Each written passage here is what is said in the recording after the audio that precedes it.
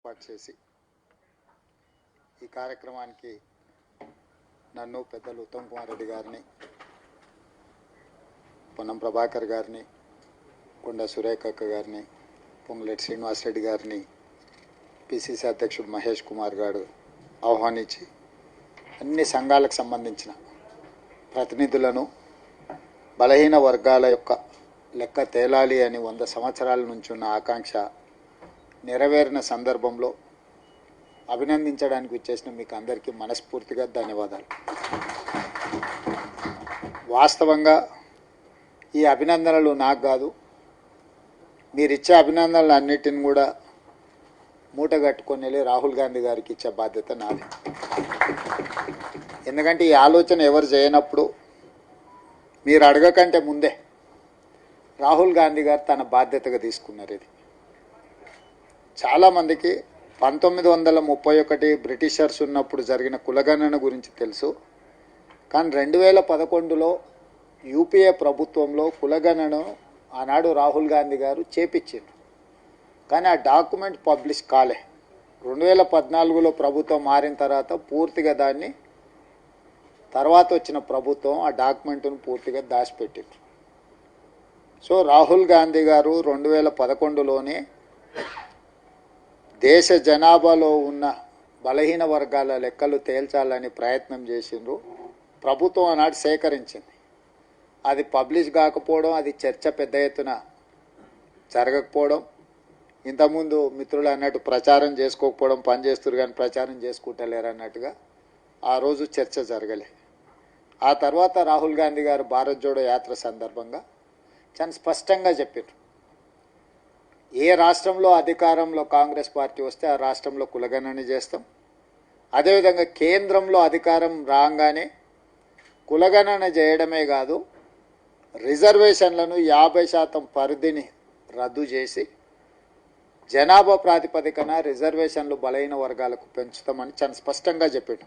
ఈ రెండు ప్రత్యేకమైన అంశాలని చెప్పి నేను మిత్రులకు చెప్పదలుచుకున్నాను. మొదటి అంశము, ఈ దేశ జనాభా లెక్కలు ప్రతి సంవత్సరానికి ఒకసారి జరుగుతాయి. అది 2001 కావచ్చు, 2011 కావచ్చు, 2021 కావచ్చు, ఇట్లా ప్రతి 10 సంవత్సరాలు 1951 నుంచి మొదలు పెడితే 1951, 61, 71, 81, 91, 2001, 2011, 2021లో జరగాల్సిన జనాభా లెక్కలు కేంద్ర ప్రభుత్వం చేయలేదు.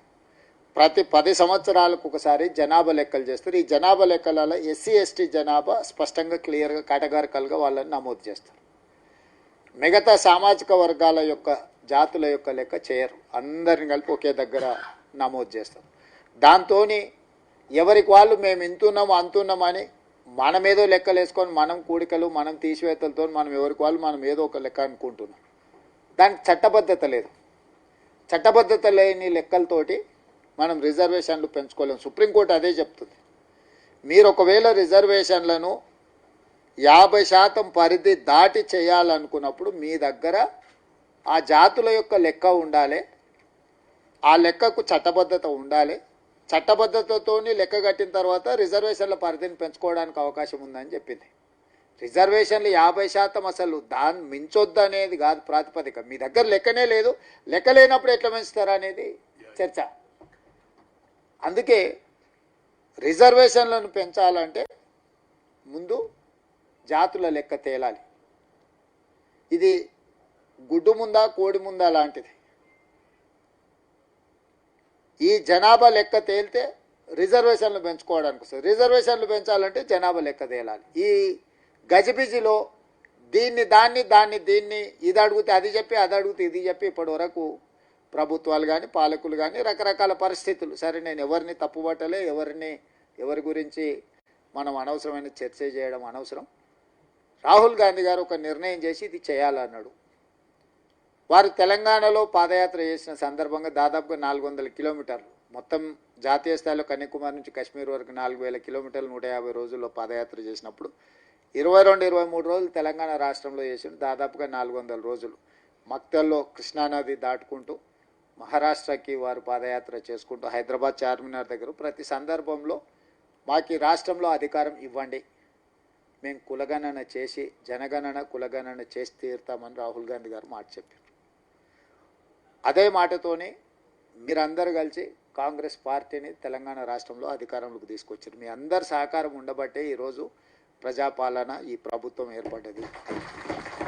మరి మీ సహకారం ఉండి ఏర్పడ్డ ప్రభుత్వం మీకు ఇచ్చిన మాట నిలబెట్టుకోవడానికి మొదటి సంవత్సరంలోనే సంపూర్ణంగా ప్రయత్నం చేసింది.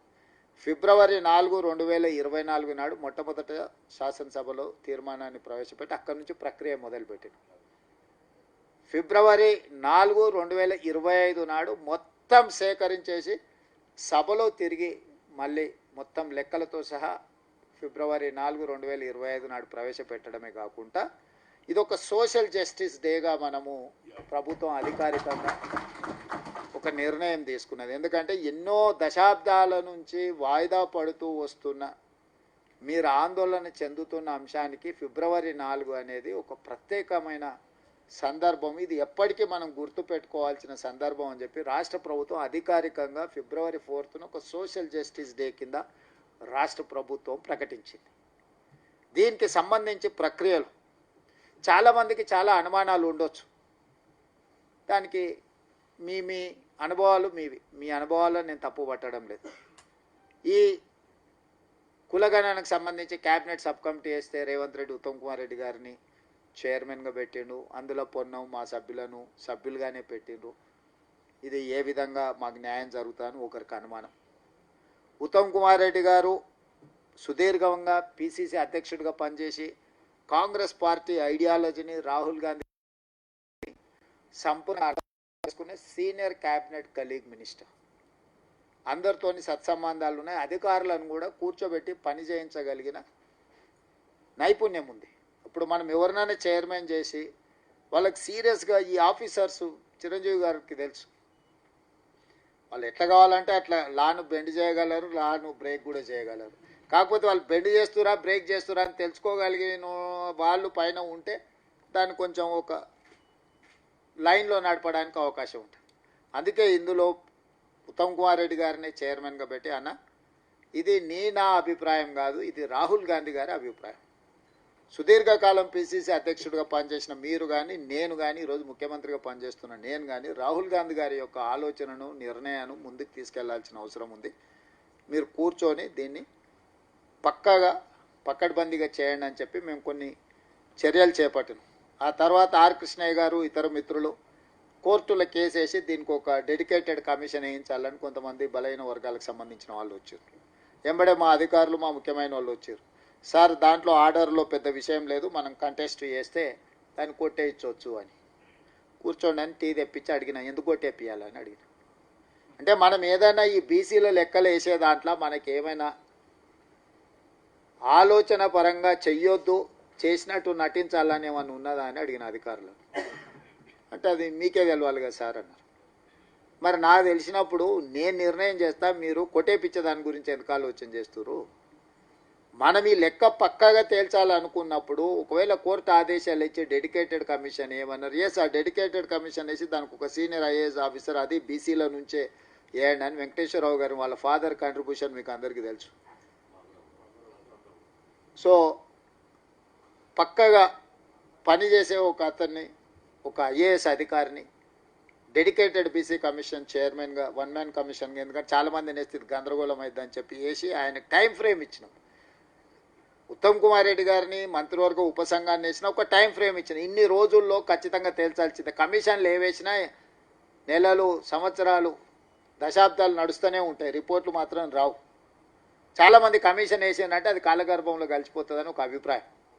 నేను స్పష్టంగా మంత్రివర్గ ఉపసంఘాన్ని వేసేటప్పుడు టైం ఫ్రేమ్ పెట్టిన, కమిషన్ చైర్మన్ అపాయింట్ చేసినప్పుడు టైం ఫ్రేమ్ పెట్టినావు. విత్ ఇన్ ద టైం ఫ్రేమ్లో 24/7 పనిచేయాలి. మీకు అన్ని వ్యవస్థల్ని అన్ని రకాలుగా అన్ని జిల్లా కలెక్టర్లకు సమాచారం ఇచ్చినాం. మీరు స్టేక్ హోల్డర్స్ సమావేశాలు పెట్టుర్రు, జిల్లాలలో సమావేశాలు పెట్టుర్రు, ఎవరెవరు వస్తారో కలవండి, సెక్రటేరియట్లో మీరు కలవండి, చీఫ్ సెక్రటరీ గారికి, అధికారులకు, అందరికీ, మంత్రులకు అందరికీ ఆదేశాలు ఇచ్చి కంటిన్యూస్గా మానిటరింగ్ చేసుకుంటూ వచ్చినాం. దాన్ని శాశ్వతంగా ఒక లాజికల్ కంక్లూజన్కు తీసుకెళ్ళాలి. అన్ని లెక్కలేసి అది మా దగ్గర దాచిపెట్టుకున్నా లేకపోతే అన్ని లెక్కలేసి సమగ్ర కుటుంబ సర్వేలాగా ఒక వ్యక్తి, ఒక కుటుంబం, ఒక రాజకీయ పార్టీ, ఒక సీక్రెట్ డాక్యుమెంట్ కింద కాన్స్టిట్యున్సీలో గౌడ్లు ఎంతమంది ఉన్నారు, యాదవులు ఎంతమంది ఉన్నారు, లేకపోతే ముదిరాజులు ఎంతమంది ఉన్నారు లెక్క చూసుకొని రాజకీయ ప్రయోజనం పొందేసి దాన్ని దాచిపెట్టుకొని మళ్ళీ లాకర్లో పెట్టుకునే విధానం వద్దు. దీనికి ప్రాపర్గా లాజికల్గా దీనికి ఒక చట్టబద్ధత కల్పించాలని ఆలోచన చేసి మొదటి రౌండ్ చేసిన తర్వాత మళ్ళా కొంతమంది చేసుకున్నారు, చేసుకోలేరు. మాకు పారదర్శకత ఉన్నప్పుడు మళ్ళీ చేసుకుంటాం అంటే మనకు వద్దనేది ఏమున్నది.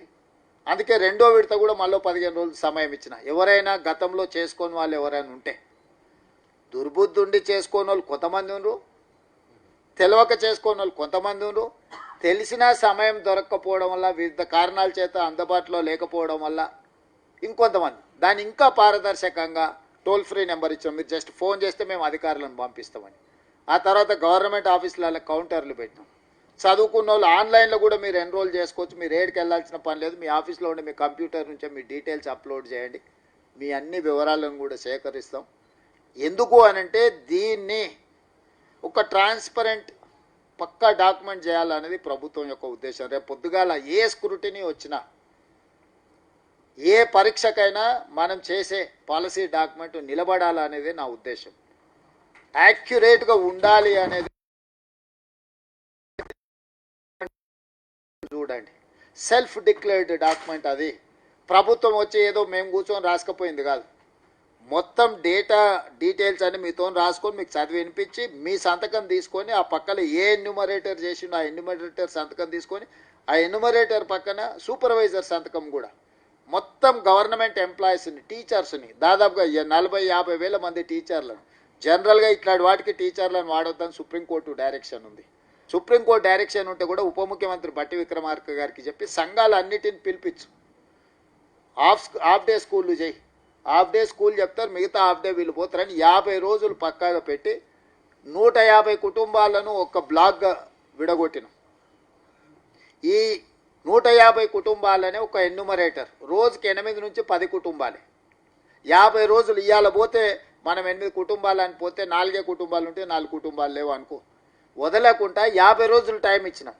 పోయి ఇల్లు కూర్చొని ఫస్ట్ ఇంటికి స్టిక్కర్ లేపించినాం, ఫస్ట్ ఇండ్లను ఐడెంటిఫై చేసినాం, ఇండ్ల నమోదు తర్వాత వ్యక్తుల నమోదు చేయించినాం. వ్యక్తుల నమోదులో సెల్ఫ్ డిక్లేర్డ్ డేటా, నేను ఎందుకు పదే నేను ఉత్తమ్ కుమార్ రెడ్డి గారు 100% యాక్యురేట్ డేటా అని ఎందుకు చెప్పినామంటే, ఏ కూడా ఏదైనా అబద్ధం చెప్తాడు కానీ కుల అబద్ధం చెప్పడు.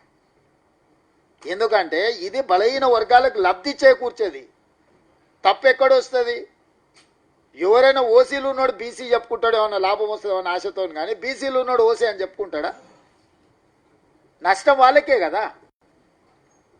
అందుకే నేనేమన్నా, ఇది పర్ఫెక్ట్ యాక్యురేట్ డేటా. దీన్ని మీరు అనుమానాలు, రాజకీయ పార్టీల అనుమానం వ్యక్తం చేస్తే పర్లేదు. ఎందుకంటే ఇంత పర్ఫెక్ట్ డేటా రేవంత్ రెడ్డి చేస్తే రేపు చరిత్రలో రేవంత్ రెడ్డి ఉంటాడు. 10 ఏళ్ళు మేము ఉన్నా చేయలేదు, ఓ మంచి పని 10 నెలలనే ఆయన చేస్తే ఆయనకు మంచి పేరు వస్తుంది అనుకున్నప్పుడు ఎవరికైనా నా రాజకీయ ప్రత్యర్థులకు అట్లాంటి ఆలోచన ఉంటుంది, తప్పలేదు. నేను వాళ్ళని తప్పు పట్టను.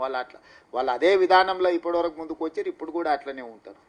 కానీ నిజంగా మీకోసం మనసు పెట్టి చాలా పర్ఫెక్ట్గా డాక్యుమెంట్ చేయాలని ఆలోచన. ఎందుకంటే ఈ దేశము ఏ రాష్ట్రంలో ఎవరు చేయాలన్నా తెలంగాణకు వచ్చి నేర్చుకొని పోయే విధంగా ఉండాలనేది నా ఆలోచన.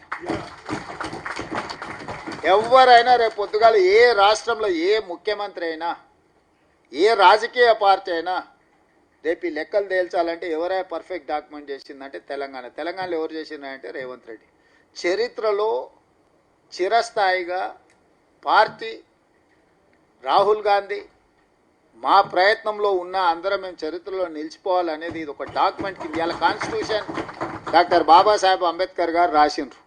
రాసినప్పుడు వారు కూడా ఊహించకుండొచ్చు ప్రపంచంలో వారికి ఇంత గొప్ప కీర్తి వస్తుంది రాజ్యాంగం రచించడం వల్ల అని. ఆ రోజు అందులో సభ్యులు కానీ అందులో ఉన్నవాళ్ళు ఇంత గొప్ప కీర్తి వస్తుందని ఆ రోజు ఊహించకుండా పోయి ఉండొచ్చు. కానీ కాలక్రమేణా వారి యొక్క కీర్తి పెరుగుతూనే వచ్చింది, ఎక్కడైనా తగ్గిందా? 30 ఏళ్ల కింద అంబేద్కర్ గారి గురించి కొంతమంది మాట్లాడితే ఆ తర్వాత ఈరోజు ప్రతి ఒక్కరు అంబేద్కర్ గారిని కీర్తించాల్సిన పరిస్థితి వచ్చింది. ఎందుకు? వారు రచించిన రాజ్యాంగం అనేది అంత గొప్పది. అంత గొప్ప అవకాశం కాంగ్రెస్ పార్టీ అంబేద్కర్ గారికి ఇచ్చింది. ఈరోజు ఈ పాలసీ డాక్యుమెంట్ కూడా కాంగ్రెస్ పార్టీ నాకు, ఉత్తమ్ కుమార్ రెడ్డి గారికి, పొన్నం గారికి, లేకపోతే మహేష్ గౌడ్ గారికి మాకందరికి ఒక అవకాశం ఇచ్చింది. ఈరోజు ఈ ప్రాసెస్లో మేమందరం భాగస్వాములం. ఇవాళ ఈరోజు ఇది అంత పెద్ద చర్చ జరగకపోవచ్చు, కానీ పొయ్యే కొద్దీ వివిధ రాష్ట్రాలు దీన్ని అనుకరించాల్సి వచ్చిన ప్రతి సందర్భంలో ఈ ప్రాసెస్లో ఎవరు భాగస్వాములు, ఈ ప్రాసెస్ని ఇంత పర్ఫెక్ట్గా చేసిన వాళ్ళు ఎవరు అనేది రేపు చరిత్రలో ఎప్పటికీ ఉండిపోయేది. ఒక మైల్ స్టోన్ ఇది. అందుకే మేము ఇంత పర్ఫెక్ట్గా ఎక్కడ చిన్న వివాదం లేకుండా ఎవరితోనే అనవసరమైన వాదనలకు పోకుండా నేను దీన్ని ఒక పర్ఫెక్ట్ లాజికల్ డాక్యుమెంట్ కింద తీసుకొచ్చిన. దీన్ని నా బీసీ సోదరులను అర్థం చేసుకోమని చెప్తున్నా. ఇందులో తప్పు మీరు ఉంది అని అన్నారంటే మీకు మీరే తీరని నష్టం చేసుకున్నట్టు. ఇంతకంటే బెస్ట్ ప్రాసెస్ లేదు అడాప్ట్ చేసుకోవడానికి, అమలు చేయడానికి. The best process we have adapted, the best mechanism. Government of Telangana entire మెకానిజాన్ని 94,500 ఆపరేటర్లు, 9,000 మంది సూపర్వైజర్లు, 75,000 మంది డేటా ఎంట్రీ ఆపరేటర్లు, ఎవరైతే ఎన్యూమరేట్ చేసుకొచ్చినో 150 కూర్చొని అతనే ఈ 150 సంబంధించిన డేటా ఎవడో రాసుకొస్తే, ఎవరికి వస్తే ఎవడో చెప్తే వాడు రాసుకొచ్చింది ఒకటి, వీడు చదివినిపించేది ఒకటి అయింది, వాడు కంప్యూటర్ కొట్టేటోడు మూడో రకం చేసినట్టు ఏ లెక్క ఎవరికి దొరకదు. సమగ్ర కుటుంబ సభ్య దీని ఉదాహరణ చెప్తాయి. ఎస్సీ కులాలు ఉపకులాలు 59. సమగ్ర కుటుంబ సర్వే ప్రకారం 82 కులాలు తేలింది. ఏడికెళ్ళి తేవాలి 82? మోచి అని ఉందనుకో, ఒకటి ఎంఓ సిహెచ్ఐ రాసిండు, ఒకటి ఎంయుసిహెచ్ఐ రాసిండు. వాడు దాని ఒక కులం కింద తీసిండు, దీని ఒక కులం కింద రాసిండు. సో అంటే ఉదాహరణ చెప్తా. ఇట్లా దీన్ని అందుకే 0 నుంచి 100% వరకు నేను స్వయంగా పర్యవేక్షించుకుంటూ, మంత్రివర్గ సహచరులు అందరినీ సమన్వయం చేసుకుంటూ, అధికారులను చీఫ్ సెక్రటరీ నుంచి ఎన్యూమరేట్ వరకు అందరినీ ప్రాసెస్లో భాగస్వాములు చేసి ఈరోజు ఒక లాజికల్ చేసి డాక్యుమెంట్ చేసి ఏదో ఊరికే పెట్టకుండా చట్టం చేసినాం, బిల్లు చేసిన. ఈరోజు బిల్లులో కూడా నిన్న 2 రకాలుగా బిల్లు పెట్టినాం. మొత్తం అంశాలు 3, బిల్లులు 2. బిల్లులేమో విద్యా ఉద్యోగాల కోసం ఒక రకమైన రిజర్వేషన్, రాజకీయాలకి ఇంకొక రకమైన రిజర్వేషన్. ఈ 2 బిల్లులు కలిపి ఒక దగ్గర పెడితే ఏది స్టక్ డౌన్ అయినా ఇంకో దానికి నష్టం వస్తుంది. చేయకూడదు అనుకుంటే చిక్కుముళ్ళు ఎట్లా వేయాలనో తెలుసు, చేయాలనుకుంటే చాలా ఆలోచన చేయాలి. అందుకే విద్యా ఉద్యోగాల బిల్లును సపరేట్గా పెట్టిన, రాజకీయపరమైన రిజర్వేషన్లు సపరేట్ పెట్టిన.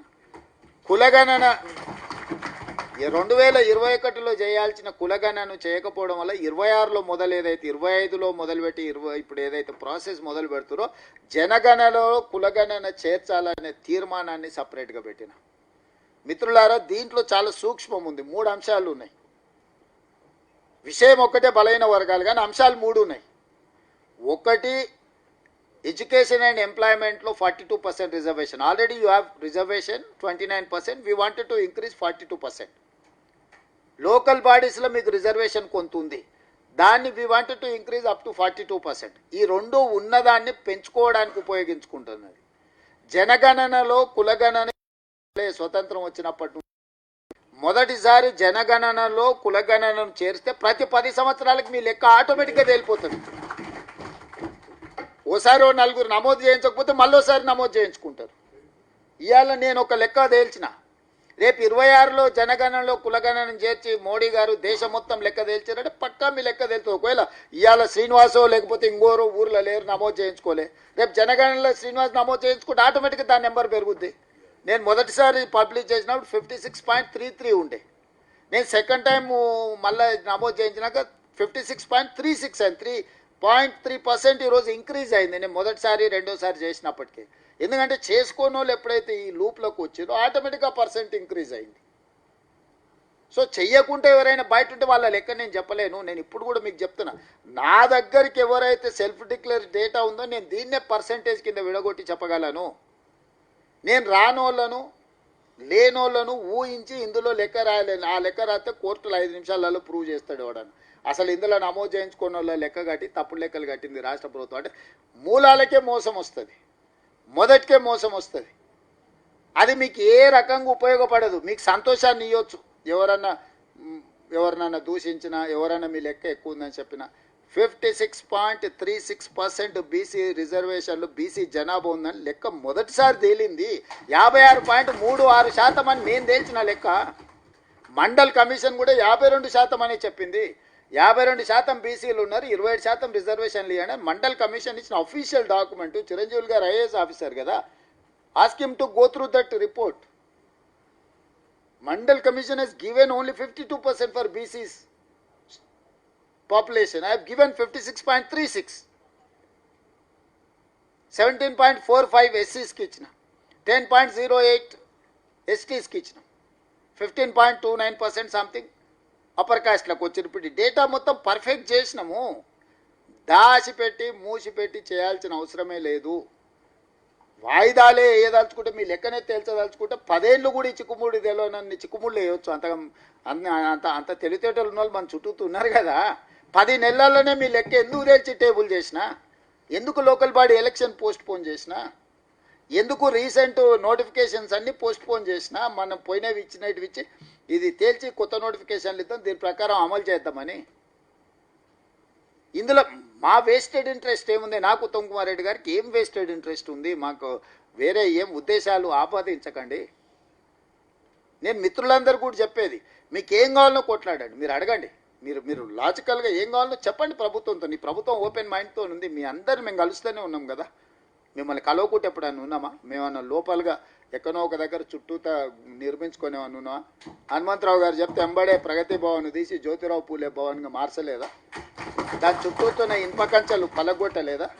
దాంట్లోనే కదా మీ సమావేశం పెట్టించింది. మీ అందరిని పిలిపించి అందరిని మాట్లాడించి వారానికి 2 రోజులు ప్రజా ఇది కూడా పెట్టి పాలన ప్రజలు వచ్చి విజ్ఞప్తులు ఇచ్చుకోండి అని. అది జ్యోతిరావు పూలే పేరు హనుమంతరావు గారు చెప్పంగానే ఎంబడే పెట్టలేదా?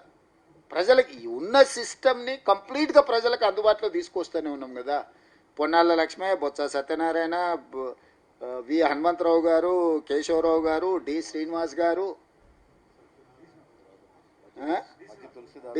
గారు, మన దాంట్లోకి వెళ్ళి ఇప్పుడు మహేష్ గౌడ్ గారు ఉన్న హైయెస్ట్ అధ్యక్షులు ఎవరైనా మీరే అయినరు కదా. ఎవరైనా చూడు, మీరు కాంగ్రెస్ను ఒక 30 ఏళ్ళు 35 ఏళ్ళు పీసీసీ అధ్యక్షులు ఎవరెవరు అయినరో లిస్టు తీసుకోరు. మల్లికార్జున్ గారు, గౌడ్ తెలుసు మా ఎంపీ. సో ఎవరైనా కాంగ్రెస్ పార్టీ అధ్యక్షులు ఉమ్మడి రాష్ట్రాన్ని కానీ తెలంగాణ రాష్ట్రం కాగానే పొన్నాల లక్ష్మయ్య గారినే కదా వేసింది. అంతకంటే ముందు కూడా అప్పుడు అంటే హిస్టారికల్గా కూడా Congress party associated with OBCs. ఇది హిస్టారికల్గా ఒక కనెక్షన్ ఉంది. ఈ నేళ్ళు ఈ రాష్ట్రాన్ని దేశాన్ని కాంగ్రెస్ పార్టీ అధికారంలో ఉందంటే ఈ సెక్షన్స్ సపోర్ట్ చేయకుండా అధికారంలో ఎవరు కొనసాగరు. ఇవాళ కూడా కాంగ్రెస్ పార్టీ ఆలోచన ఈ వర్గాలకు న్యాయం చేయాలన్నదే. ఏమీ లేనప్పుడు రిజర్వేషన్లు ఇవ్వాలన్నారు. రిజర్వేషన్లు ఇచ్చినప్పుడు 26% వచ్చింది, 26% 29 అయింది, 29 42 అయింది, 42 రేపు 56 కావచ్చు. మీరు ఈ పరిణామ క్రమంలో వచ్చేది తీసుకొని కావాల్సింది అడగాలి కానీ మీరు ఏదో అడగాలని వచ్చేది కూడా తీసుకోకపోతే ఎవరు నష్టపోతారా? ఊర్లలో మోటు సామెత ఉంది, చెరువు మీద అలిగితే ఏమవుతుంది? ఎవరికి నష్టము? నన్ను తిడితే ఏమొస్తుంది చెప్పు? నేనేదో ప్రయత్నం చేస్తున్నా, అందరిని కూడగట్టుకొని తీసుకొస్తున్నా. వద్దనేటోడు వచ్చి చూసినావా నువ్వు ఇంత అయితే తిట్లు తినోగా సరిపోయిందని తిక్క కుదిరిందని వచ్చి అంటూరు. నేను మీ విజ్ఞప్తి ఒక్కటే, మీరు ఎవరికి వ్యతిరేకం కాదు, ఎవరికి వ్యతిరేకం మాట్లాడకండి. ఎవరినో అనుమానించో ఎవరినో అవమానిస్తే మీకు వచ్చే లాభం లేదు. మీ హక్కు, మీ హక్కు అది, మీ లెజిటిమేట్ రైట్. మీరు అడగండి, మీరు తీసుకోండి. కొద్దిగా ఎట్లొస్తే అట్లా తీసుకొని మిగతాది అడుగుండ్రి. నేను అడగొద్దు అంటలేను, కొట్లాడొద్దు అంటలేను. దీని ఒక ప్రాసెస్లో, ఎందుకంటే మనం ఒక ఏమంటారు వెల్ ఎడ్యుకేటెడ్ సొసైటీలో మనం ఉన్నాం, ఆటవిక రాజ్యంలో లేవు. మనం ఏది పడితే అది మాట్లాడడం, దీని మొత్తాన్ని అనుమానించి ఈ మొత్తం ప్రాసెస్నే తప్పు పడితే, మొత్తం ప్రాసెస్ తప్పు పడితే గుడుసుని ఇంతకు మించిన ప్రాసెస్ నాకు తెలియదు. ఇక ఈ ప్రభుత్వానికే తెలియదు. ఈ ప్రభుత్వం చేసిన ప్రాసెస్ మొత్తం మీరు తప్పు పట్టిరు అనుకో, మళ్ళీ మొదటికి వస్తుంది. మళ్ళీ మొదటికి వచ్చి ప్రక్రియ మొదలు పెట్టాలనుకోరు. దీని మీద ఇంకా బెటర్గా ఎట్లా చేసుకోవాలి? ఇప్పుడు రాజ్యాంగం డాక్టర్ బాబాసాహెబ్ అంబేద్కర్ గారు మనకు ఒక రాజ్యాంగాన్ని ఇచ్చారు. పోయే కొద్ది పరిణామ క్రమంలో మనం సవరించుకోవాలనుకున్నప్పుడు సవరించుకున్నాం. 100 పైగా సార్లు రాజ్యాంగాన్ని సవరించుకున్నాం. ఎందుకు? మనకి ఎట్లా పరిపాలన సౌలభ్యం కావాలనో దాన్ని సవరించుకుంటూ, దాని స్ఫూర్తిని పోనీయకుండా దాన్ని సవరించుకుంటూ ముందుకెళ్ళాం. ఇవాళ కూడా ఈరోజు ఈ కులగణన అనేది ఇదే బైబిల్, ఇదే ఖురాన్, ఇదే భగవద్గీత. దీంట్లో అమెండ్మెంట్స్ చేసుకోండి. రేపు పొద్దుగాల మీకు ఇంకా 56 కాదు, మీకు అనుమానం వచ్చి మళ్ళీసారి లెక్క పెట్టుకోరు. 58 అయితే 58 అని పబ్లిష్ చేసుకోండి. ఈరోజు నేను లెక్కేసి 56.36% అని లెక్క చేసి ఒక డాక్యుమెంట్ తయారు చేసిన. దీనిపైన మీరు ఏం కావాలో మళ్ళీ దాన్ని నెక్స్ట్ లెవెల్కి మాడిఫికేషన్ తెచ్చుకోండి. మీరు అందరు ఎడ్యుకేటెడ్, చాలామంది చదువుకున్న పిల్లలు ఉన్నారు, జర్నలిస్టులు ఉన్నారు, బలైన వర్గాల నుంచి వచ్చిన వాళ్ళు, ఆఫీసర్లు ఉన్నారు, అందరూ ఉన్నారు. నేను చెప్తున్న దాంట్లో లాజిక్ ఉందా లేదా మీరు ఆలోచన చేయండి. ఈరోజు ఏమీ లేని కాడ నుంచి మీ లెక్క తేల్చి 56.36% అని లెక్క తేల్చి ఇచ్చిన. దీంట్లో ఇంకో 2% పెరిగేది ఉంటే రేపు 2026లో జనగణనలో కులగణన చేరిస్తే ఆటోమేటిక్గా లెక్క తేలితే పెరిగినట్టుగా గెజెట్ పబ్లిష్ అవుతుంది కదా.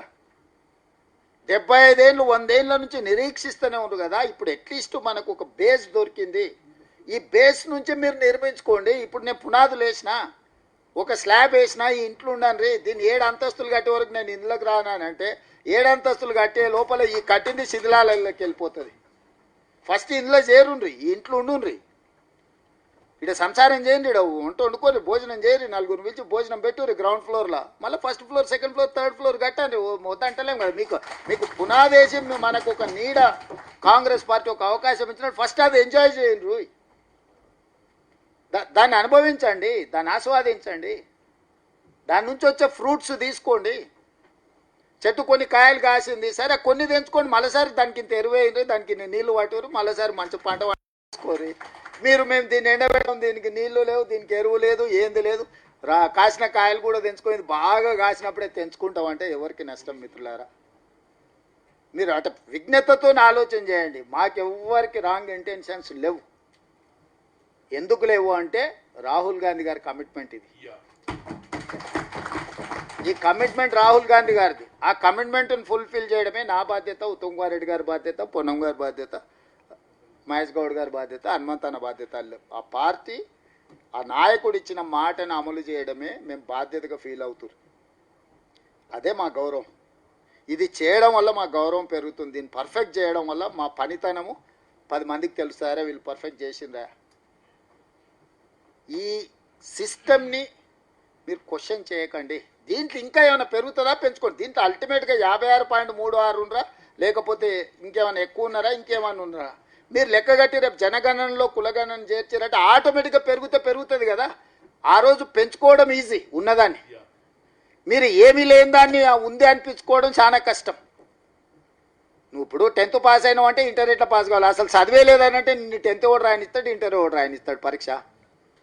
సింపుల్. ఇది ఉంటే దీనిపైన నిర్మించుకోండి. నేను సింపుల్ చెప్తున్నా, మీకు ఒక స్ట్రాంగ్ ఫౌండేషన్ వేసి మీరు 7 అంతస్తుల మేడ నిర్మించుకోవడానికి అవసరమైన ప్రణాళిక రచించి 2 అంతస్తులు కట్టి మీకు ఇచ్చిన మిగతా 5 అంతస్తులు మీరు కట్టుకోండి. మీరు కట్టుకోవడానికి అవసరమైన మొత్తం వ్యవస్థను మేము ఇస్తున్నాము.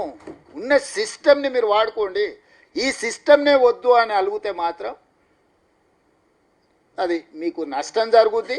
ప్లస్ కొంతమందికి రాజకీయంగా కొన్ని ఆలోచనలు ఉంటాయి, వాళ్ళు ఎదగాలనుకుంటారు, లేకపోతే దీని ముసుగులో ప్రయోజనం పొందాలనుకుంటారు. మీరు వాళ్ళ ట్రాప్లో పడకండి. మీ ట్రాప్ మీరు అది కాదు కదా. ఈ 42% రిజర్వేషన్ వస్తే మీరు అందరూ అవుతారా? రేపు ఎమ్మెల్యేలు ఉమెన్ రిజర్వేషన్ వస్తుంది, అందులో 42% బీసీ రిజర్వేషన్లు పెట్టురని పట్టిరు అనుకో, ఆటోమేటిక్గా మా అక్కలు మా ఆడపిల్లలు అందరూ ఎమ్మెల్యేలు ఎంపీలు అవుతారు కదా. రేపు ఇదే 42% రేపు ఎమ్మెల్యేల రిజర్వేషన్ ఇవ్వమని కొట్లాడిరు అనుకో, ప్రతిసారి 1 సీటు 2 సీట్లు 42% స్ట్రైట్గా వస్తాయి కదా. ఈరోజు మీ లెక్క తేలితే అది అడగడు అనుకుంటే, ఈ లెక్క తేలకపోతే అది అడగనికనే ఉండదు. అది ఎమ్మెల్యేలా, ఎంపీలా, ఉమెనా, ఇంకొకట. ఈరోజు ఎస్సీ ఎస్టీస్కి ఒక కాన్స్టిట్యూషనల్ ప్రొటెక్షన్ ఉంది చట్టసభలలో, ఎడ్యుకేషన్లో. ఈరోజు మీకు చట్టసభలలో లేదు. ఈ నెంబర్ తేలితే మీరు అడగడానికి మీకు ఫండమెంటల్గా ఒక పాలసీ డాక్యుమెంట్ అయితే వస్తుంది కదా శ్రీనివాస్. దీని నుంచి రెఫరెన్స్ తీసుకోండి సురేష్. దీని నుంచి నెక్స్ట్ ఏం కావాలని కొట్లాడుండ్రి. మీరు దీన్ని తప్పు అని అన్న మరుక్షణం మీకు వాదించడానికే బేస్ ఉండదు. బేస్ లేని ఆర్గ్యుమెంట్కి రిజల్ట్ ఉండదు. నేను ఓపెన్గా మాట్లాడుతున్నా మీ అందరితోటి. అనేది మీకోసమే, కమిట్మెంట్ కోసమే సిన్సియర్ ఎఫర్ట్స్ పెట్టి చేసినాము. దీన్ని వాడుకోండి. దీనిపైన పెరిగేది పెరుగుద్ది. 26లో జరగబోయే జనగణనలో కులగణన చేర్చాలని అసెంబ్లీలో తీర్మానం చేసి కేంద్ర ప్రభుత్వానికి పంపించినాము. మనందరం కలిసి కొట్లాడితే జనగణనలో కులగణన ఎందుకు చేర్చారు? కొట్లాడితే తెలంగాణ రాలేదా? కొట్లాడితే దేశానికి స్వతంత్రం రాలేదా? కొట్లాడితే జనగణనలో కులగణన ఎందుకు చేర్చారు? చేరిస్తే ఆటోమేటిక్గా ప్రతి 10 ఏళ్ళకి ఒకసారి మన లెక్క మనకు తేలుతూనే ఉంటుంది, రిఫార్మ్ అయితేనే ఉంటుంది, ప్యూరిఫై అయితేనే ఉంటుంది కదా, ప్రక్షాళన జరుగుతూనే ఉంటుంది కదా. ఓసారి కొంచెం ఎక్కువ తక్కువ అయితే ఒక 2-3 ట్రయల్స్ చేయగానే ఆటోమేటిక్గా ప్రక్షాళన జరిగిపోయి అక్యురేట్కి వస్తుంది కదా. మీరు బేసును వద్దన్నారు అని అంటే మాత్రము మీకు ఎవ్వరో అన్యాయం చేయరు, మీకు మీరే అన్యాయం చేసుకున్నట్టు అవుతుంది. నేనైతే చాలా స్పష్టంగా మిత్రులందరికీ నేను చెప్పదలుచుకున్నా, మీరందరి యాక్యురేట్. మేము 56.36% ఉన్నాం, ఈరోజు మాకు 42% రిజర్వేషన్ ఇవ్వండి, ఎట్లియర్ మీరు అనేది మీరు కట్టబట్టుకొని బయలుదేరుండ్రి, మేము సపోర్ట్ చేస్తాం, మేము ఉన్నాం కదా. నేను అందుకే చెప్పిన దీన్ని లాజికల్గా అయిపోయే వరకు నేను నాయకత్వం వహిస్తాం, మీ ఎంబడి ఉంటా అని చెప్పిన. నేను 100